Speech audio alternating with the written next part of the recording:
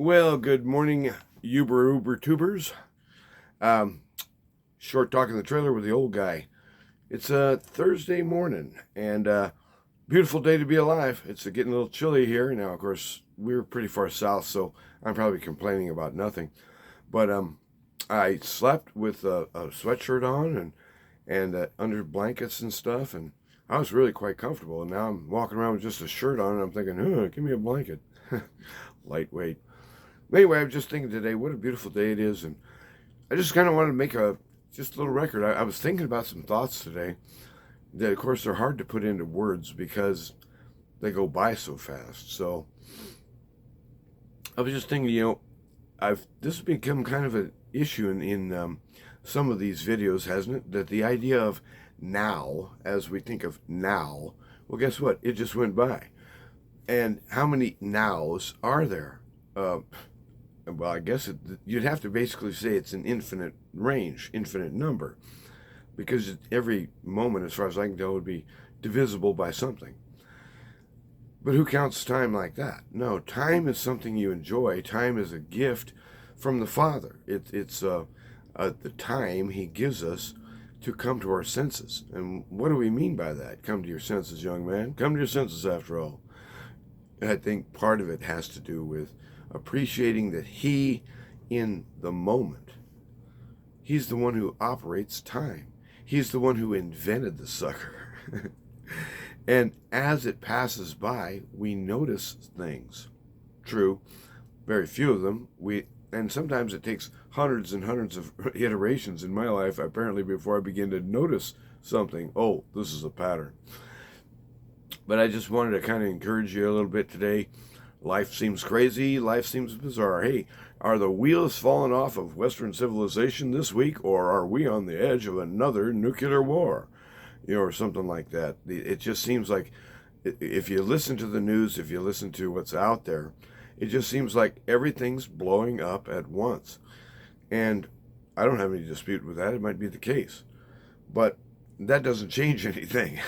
It seems funny, doesn't it, to say, it's kind of like the Chicken Little thing, the sky is falling. Well, what if Chicken Little's actually right? The sky is still falling. Well, in the case that the sky is falling, then we look to the maker of the sky.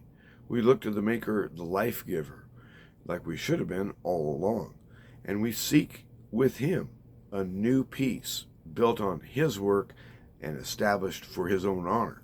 See, it's why He came. He didn't come down here to just say, hey guys, just thought I'd show up and visit. No, it wasn't quite like that.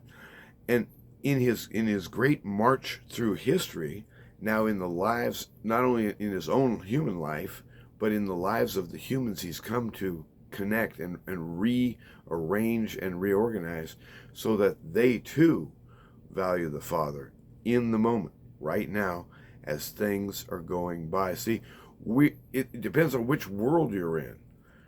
And I tell you now, as a witness, I am in a new world. I died. Something happened to me. I can't put my finger on it except to say it's His marvelous work. But I'm a survivor of death in Messiah Jesus. And if you're a believer, you are too. And it's time, I think, that I begin to act like that and think like that in more significant ways, more decisive ways, more positive ways, different things that need to happen. But what I'm saying is that the old world where you came from, the old world where you were born, what we call the world, and in the Christian estimate, the world is often not necessarily a very positive connotation, but He died for the sins of the world. And that means, at least at the minimum, He died for the sins of all of His people, wherever they are and whenever they lived, or whenever they shall live. We don't know at the end, that we don't know the time He's coming, but we believe that even babies who are even in their mother's wombs today, he's just waiting around for them little rascals to be born. He's going to claim them too. We don't know how broad and grand His scope is, but the point is when the moment, right now, sucker just went by again, if we can slow down and put away our fears, put away our, doubts and all that stuff about Hey, is this guy up to some sneaky, dirty deal? All of our suspicions. Because that's the kind of armor we wear as we're dealing with human beings, because let's face it, people are crooked. And I am too. Try not to be, but it's in me.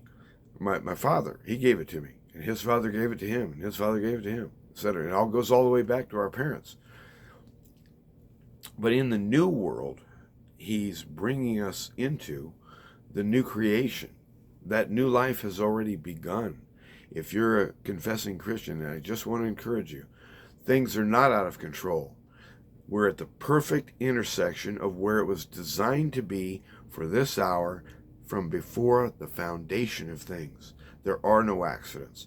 There are no coincidences, not in the strict sense of the word. We look at it, and it seems that way to us. It seems convincing from our end. But the reality is, I was out there standing, just watering the grass, and I thought, I'm standing there barefoot because I thought, well, it might be kind of fun to do. But I thought, it's funny. I didn't wake up this morning planning on watering the grass, and here I am.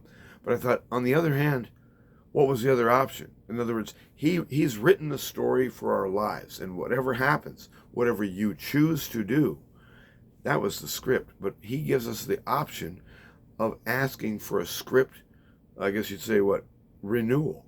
In other words, I don't want to go through the rest of my life with fears and doubts and junk hanging over my head and just full of bitterness and just kind of getting mean and crazy in my old age. I mean, it happens. Trust me. I've seen it.